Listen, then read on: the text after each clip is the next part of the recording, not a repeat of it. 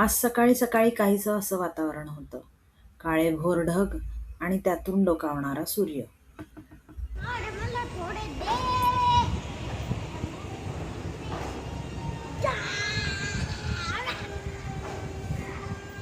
नमस्कार. तुम्हा सर्वांना गुरुपौर्णिमेच्या हार्दिक हार्दिक शुभेच्छा.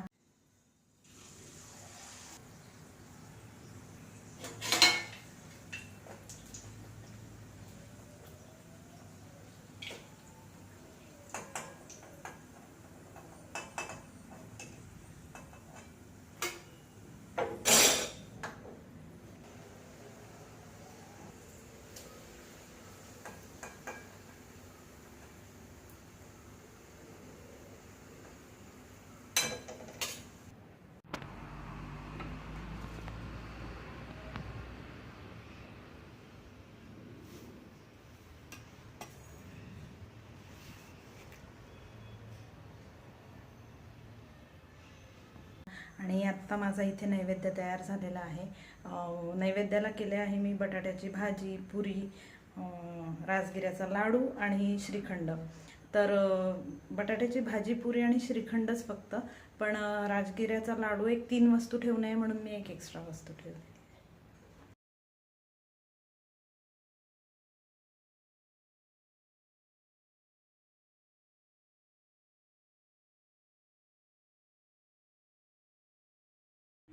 देवाला नैवेद्य दाखवून आत्ता मला जरा निवांत वेळ भेटलेला आहे.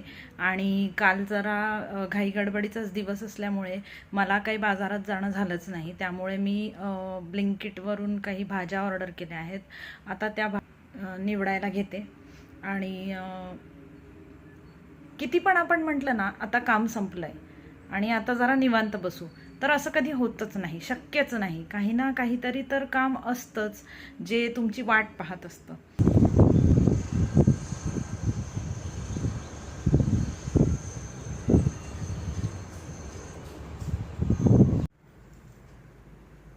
आज बाल्कनीमध्ये पाहिलं, पण आज फुलंच नाहीत बाल्कनीमध्ये.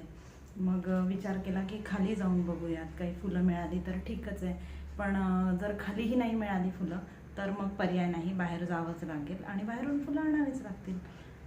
बघते तर खाली जाऊन काही फुलं मिळत आहेत का.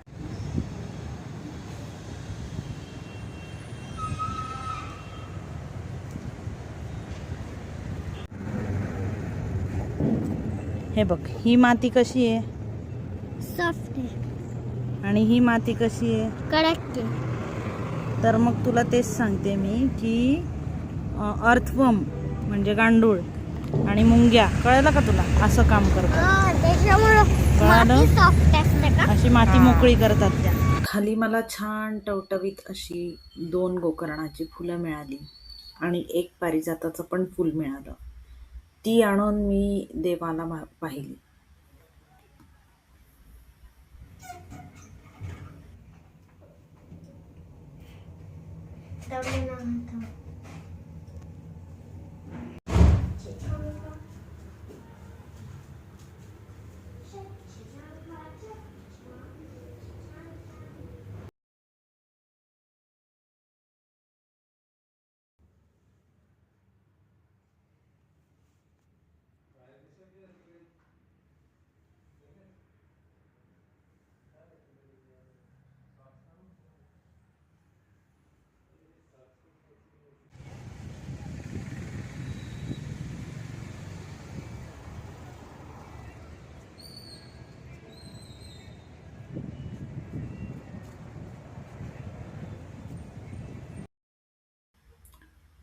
गुरुपौर्णिमेच्या दिवशी संध्याकाळी आम्ही गेलो होतो बाहेर, कारण यक्षितला खायचं होतं सँडविच आणि मी घेऊन गेले होते त्याला सँडविच खायला.